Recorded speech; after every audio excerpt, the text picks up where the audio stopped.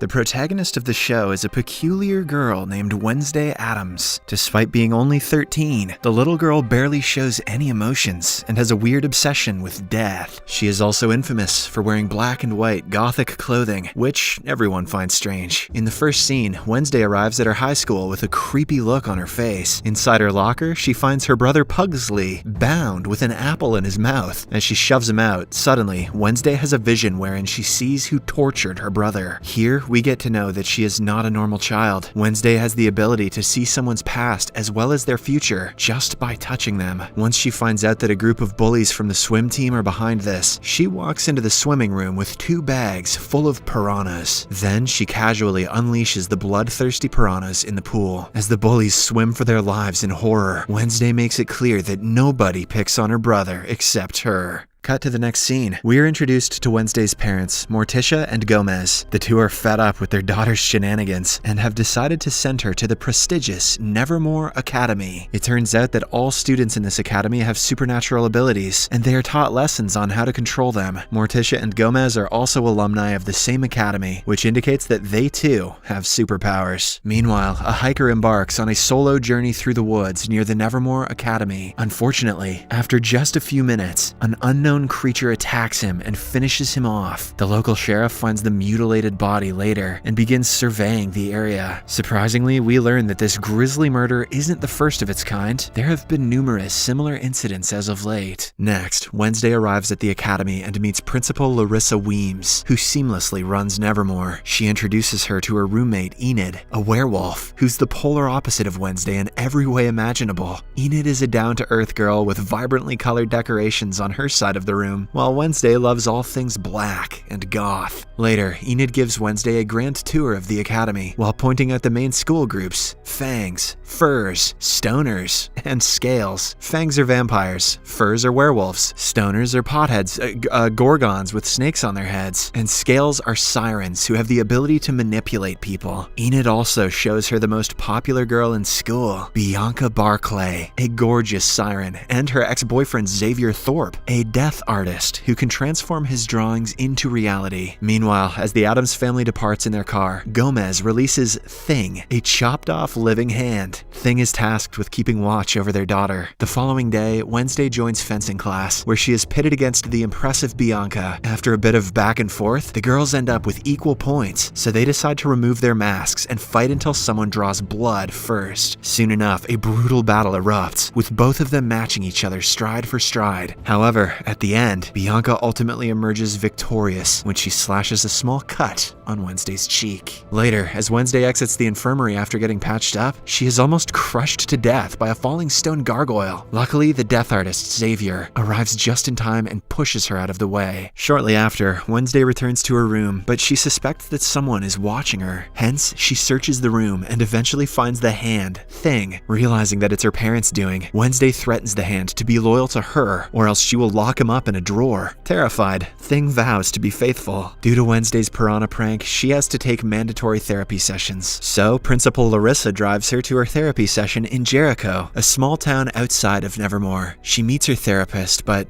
doesn't open up about anything. Instead, Wednesday has another idea in mind. She excuses herself to the restroom and escapes through the window. Once outside, she accidentally stumbles into a man. Suddenly, she sees a vision where she witnesses the man's death. Terrified, Wednesday goes to a nearby coffee shop. There, she encounters the sheriff's son, Tyler, who's also a barista. Tyler's experiencing some mechanical difficulties with his espresso machine. The directions are inexplicably in Italian, but thankfully, Wednesday can read Italian. She fixes the device effortlessly, and in return, asks for a lift to the nearest bus stop. But before Tyler can reply, suddenly, a trio of bullies wearing pilgrim costumes arrive at the store and taunt her. Wednesday tries ignoring them, but when she can't take it any longer, she fights back and easily smacks them down. After a while, Principal Larissa arrives at the store with the sheriff and notices the carnage. Enraged, she berates Wednesday before driving her away from the town. On their way back to the academy, they pass a terrible car wreck. The victim is the same man who Wednesday saw in her vision earlier. Later that night, she plays a haunting song on her cello in the dorm balcony. It's a full moon, and several werewolves can be heard howling in the background. However, Enid, who is a werewolf herself, reveals that she's not joining them because she cannot transform herself. Meanwhile, Thing pops by Tyler's room and asks him to call Wednesday. Although terrified, he obliges, and the two start video chatting. Wednesday asks Tyler to meet her at the Harvest Fair the following day, claiming that it will be fun. However, in reality, she just wants to escape the academy.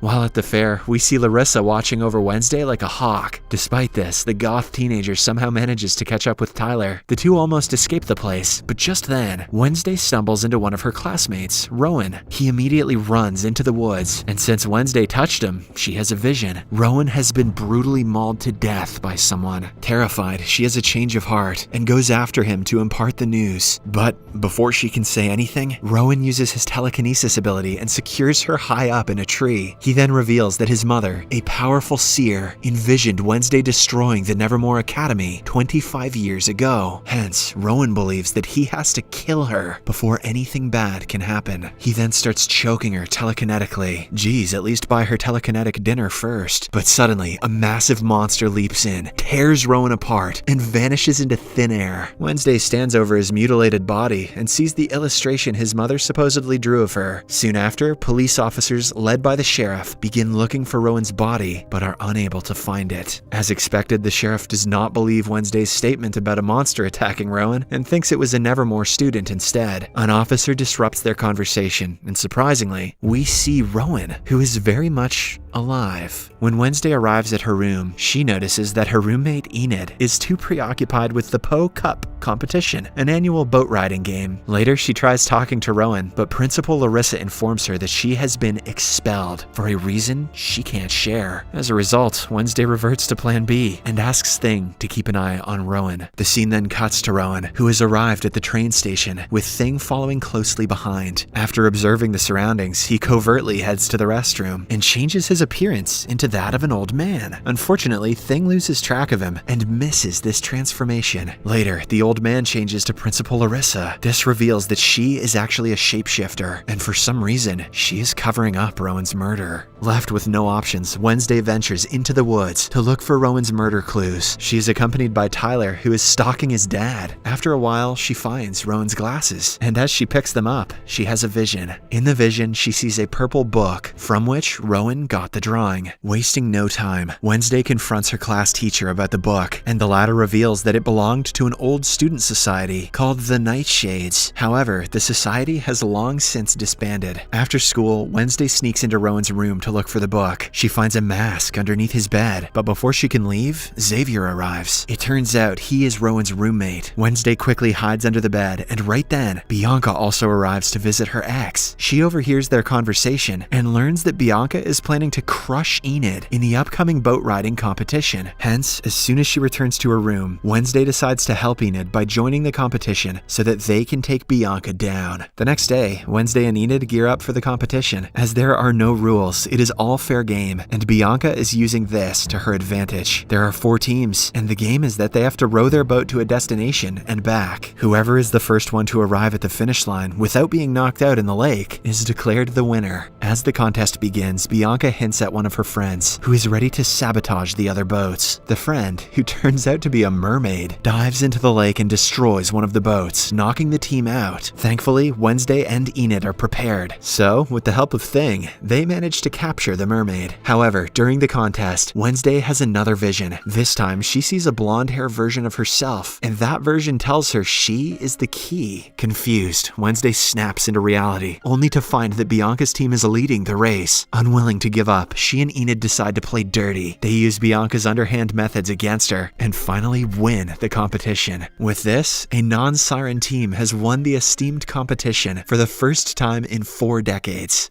Later, the winning team is honored by Principal Larissa, who hands Enid the Poe Cup trophy. However, Wednesday is unable to withstand the attention, so she finds solace with Edgar Allan Poe, a former student of the Nevermore Academy. Suddenly, she sees a symbol underneath the stone book he's holding. It is the same symbol that was carved in the picture Rowan had handed her before he was mauled to death. Wednesday quickly solves a series of riddles etched in the book and finds a clue. That is, snapping twice. When she snaps twice, suddenly, a secret corridor opens, revealing a hidden chamber. If this academy had a beat poetry club, this portal would not be a secret. There, Wednesday successfully finds Rowan's book, from which he had torn the picture. She puts the book in her backpack, but before she can go further, someone thrusts a black sack over her head. Shortly after, when the sack is taken off, she finds herself surrounded by Bianca, Xavier, and a few more students who are members of the Nightshades Club. Turns out, although the group was previously disbanded, Principal Larissa reinstated it secretly. Xavier urges Wednesday to join their group, but she straightaway refuses and walks away. In the next scene, we see Principal Larissa announcing the annual Outreach Day, where the Nevermore students will have to mingle with normal people, also known as normies, by working alongside them at their establishments. Once they arrive in town, Wednesday tells Xavier that his roommate might have been murdered. The latter doesn't think Rowan is dead because he was only expelled. Despite this, Wednesday shows him the picture Rowan's mother drew. Xavier takes a close look at it and reveals that the man in the picture is actually the founder of Jericho, Joseph Crackstone. A while later, Wednesday decides to volunteer in the Pilgrim World, the place that holds Jericho's history. There, she meets Eugene, a young boy she had befriended in the beekeeping club. The two immediately get to talking and start observing the surroundings. Soon, the students are approached by Miss Arlene, the caretaker of the Pilgrim World. She gives them a tour and talks about some of Joseph Crackstone's beloved artifacts. Wednesday asks more about the artifacts and learns that they have original farm tools, tableware, and even the family chamber pot. Ew. She wants to work there, but can't because it's being renovated. Instead, they're all going to work at the Ye Old Fudgery to distribute fudge and cakes to the local tourists. Later, Wednesday, with the assistance of Eugene, sneaks into the Crackstone family chamber. She finds a painting of the old meeting house, which includes the girl from her vision. Shortly after, she also finds the book that the girl was carrying. However, when Wednesday notices that the pages are blank, she suspects it is a fake. Just then, the caretaker Arlene arrives and catches her. Wednesday asks about the original book, and Arlene hesitantly reveals that it was stolen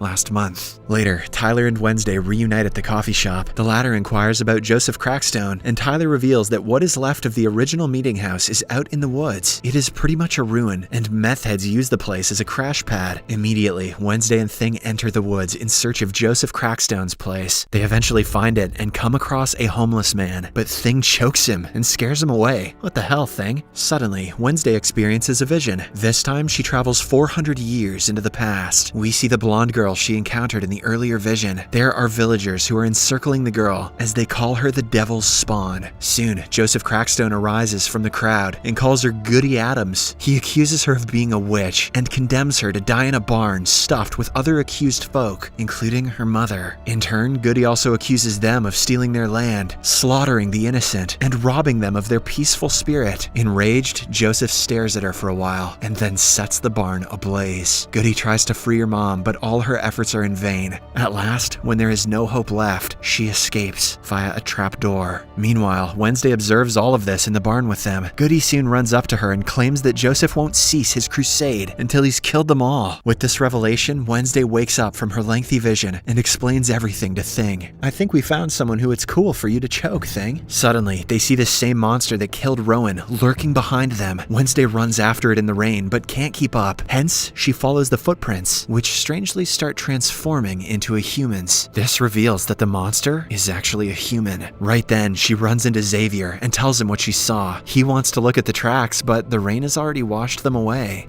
The following day, everyone reunites in the town square for the unveiling of a new statue dedicated to Joseph Crackstone. Wednesday plays an instrumental version of Fleetwood Mac's Don't Stop with the Jericho Marching Band, while the mayor and Larissa announce the statue. However, disaster ensues when Thing, as per Wednesday's orders, sets the statue in flames. While others run away in horror, Wednesday's eyes gleam with vengeance as she swiftly plays the cello. Later, Principal Larissa tears into Wednesday, suspecting that she caused the incident. However, the teenager refuses to have done anything and instead confronts Larissa for refusing to acknowledge the bloody racist truth on which Jericho was founded. Hell yeah. That night, the homeless man from earlier is being attacked by the monster, and his camera begins taking pictures of the incident. Moments later, the sheriff and his crew arrive at the forest ruins and find the homeless man dead. They discover footage on his camera that may reveal the culprit's face. After developing the photos, the sheriff looks upon the face of the killer, a monster born from nightmares. Be sure to check out the next episodes of this series as we cover them on Series Recapped.